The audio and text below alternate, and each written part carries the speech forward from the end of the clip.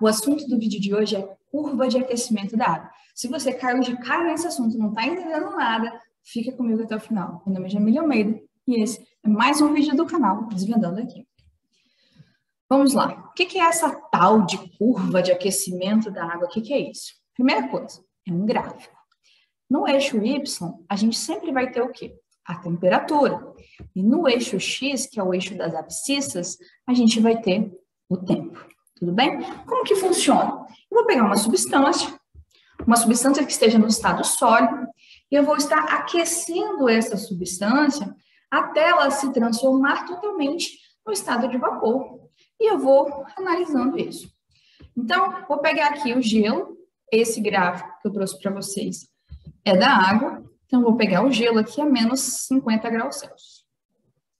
O gelo a menos 50 graus Celsius, ele se encontra no estado sólido, tá bom? E até que ponto ele vai continuar no estado sólido? Vai continuar,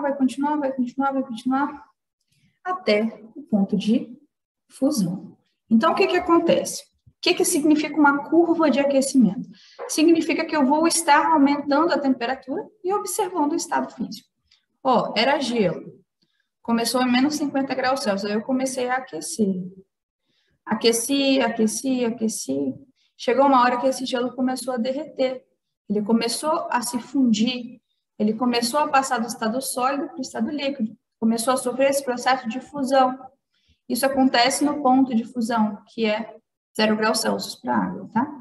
Então, nessa temperatura de 0 graus Celsius, eu vou ter a água em dois estados físicos. No estado sólido e no estado líquido. E ela vai ficar um tempinho aqui, ó. Tá vendo? Esse tempinho que ela tá ficando aqui, nesse patamar, nesse segmento de reta, significa o ponto de fusão. Então, a gente vai manter a temperatura de 0 graus Celsius constante, que é a temperatura necessária para a água iniciar, para passar do estado sólido para o líquido, a gente mantém essa temperatura constante, até finalizar essa transformação física e a gente só obter água no estado líquido.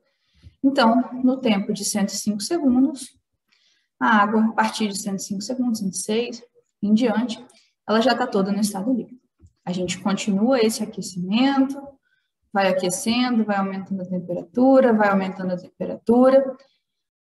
até atingir a temperatura de 100 graus Celsius. A temperatura de 100 graus Celsius a gente chama de ponto de ebulição. É a temperatura na qual uma substância vai passar do estado líquido para o seu estado de vapor.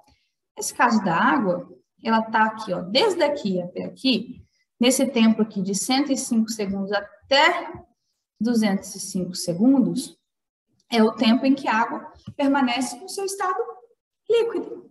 Aí, a partir daqui, a partir dessa temperatura de ebulição, a água começa a se transformar no seu estado de vapor. E a gente vai ter a coexistência da água no estado líquido e da água no estado de vapor. E ela vai permanecer, a gente vai deixar a temperatura de 100 graus Celsius constante, até essa água líquida se transformar totalmente em vapor. E depois continua o aquecimento e ela vai estar totalmente em vapor. Observações importantes.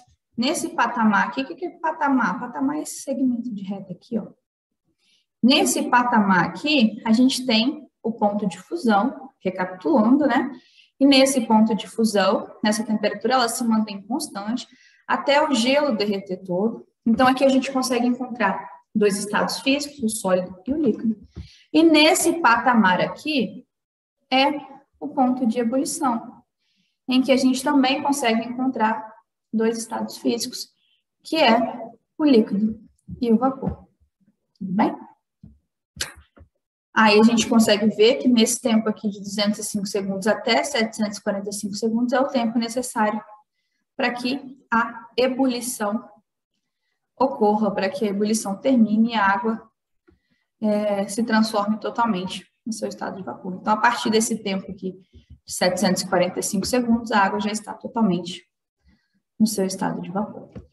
Lembrando aqui que esse gráfico, com dois patamares, ou seja, com a temperatura de fusão aqui, o ponto de fusão, e com o ponto de ebulição aqui, esse gráfico com essa característica indica que é um gráfico de uma substância pura.